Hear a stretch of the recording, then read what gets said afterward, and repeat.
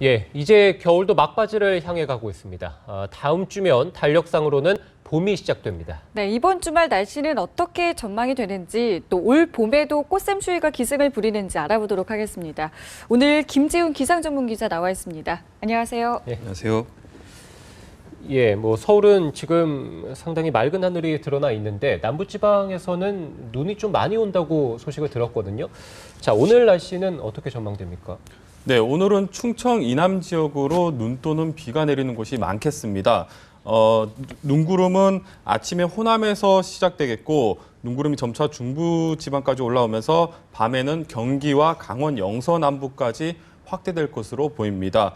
예상되는 눈의 양은 충청과 경북, 전북과 강원 영서에는 1에서 5cm, 전남과 경남, 경기 남부에는 1cm 내외입니다. 영남을 포함한 일부 지역에서는 일주일 이상 건조특보가 내려져 있었는데 오늘은 이 건조함을 달래줄 눈이 내리면서 건조특보가 해제되는 곳이 많겠습니다. 곳곳에 눈이 내리긴 하지만 날은 크게 춥지 않겠습니다. 바람이 약하게 부는 데다가 상대적으로 따뜻한 남서기류가 유입되기 때문인데요.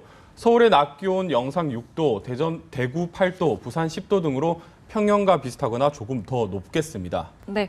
자, 그리고 내일이 이제 2월의 마지막 주말입니다. 이번 주말 날씨 어떤지 궁금하신 분들 많을 것 같은데 전망해 주시죠.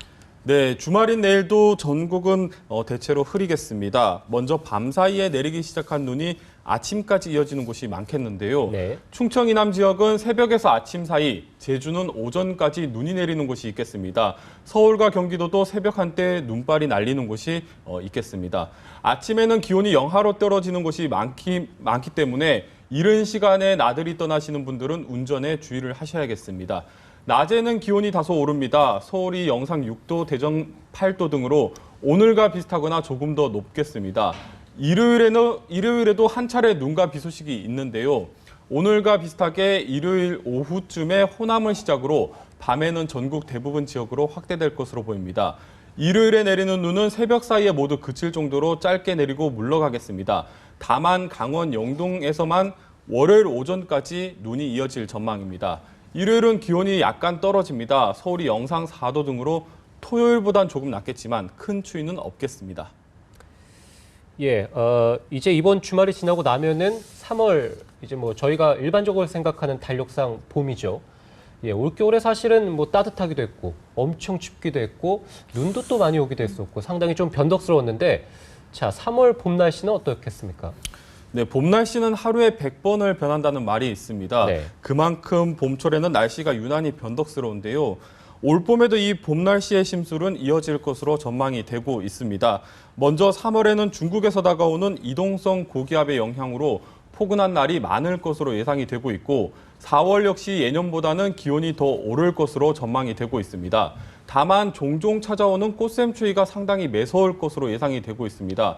따라서 올봄 날씨는 포근하다가도 갑자기 날씨가 겨울처럼 추워지는 등 하루나 이틀 사이에서 기온 변화가 극심할 가능성이 높습니다.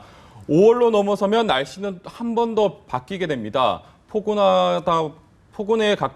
포근하다보다는 더위에 가까울 정도로 고온 현상이 자주 나타날 것으로 보이는데요. 따라서 정리해보면 3월과 4월에는 갑자기 쌀쌀해지고 춥다가도 5월부터는 또 갑자기 여름처럼 더워져서 올봄은 유난히 짧게 느껴질 것 같습니다. 네.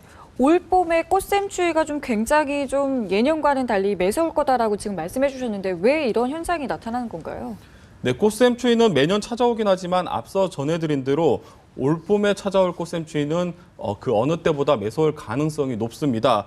바로 지난 1월이죠. 한반도에 역대급 한파를 몰고 왔던 북극 한파가 이번 봄철까지도 한반도에 영향을 줄 수 있기 때문입니다.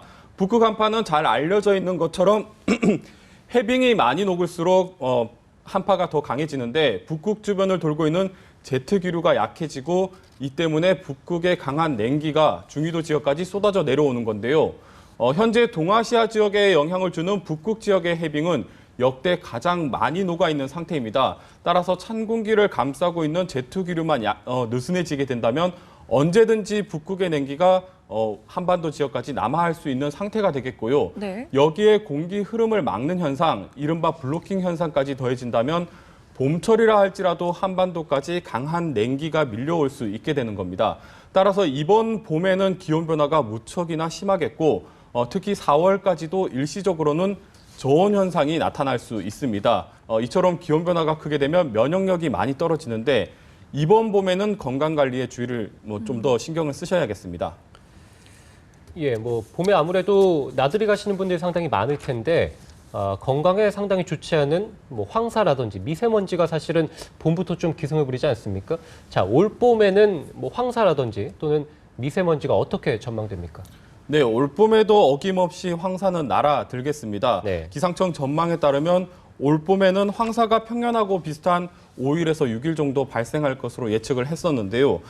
황사 예측은 아무래도 황사가 발생하는 발원지의 상태가 무엇보다 중요하게 됩니다. 보통 황사 발원지가 평소보다 따뜻하고 건조할수록 먼지가 많이 발생을 하는데 네. 현재 주요 황사 발원지의 상태는 눈이 많이 내린 지역이 있는가 하면 건조하더라도 기온이 낮은 지역들이 있습니다. 그러니까 과거와 비교했을 때 황사가 많이 발생하거나 또 황사 먼지가 심하게 날아들 조건은 아니라고 볼 수 있습니다. 다만 다음 달로 넘어가면서 일부 발원지의 기온이 상승하고 땅도 상당히 건조해질 것으로 예상이 되고 있는데요.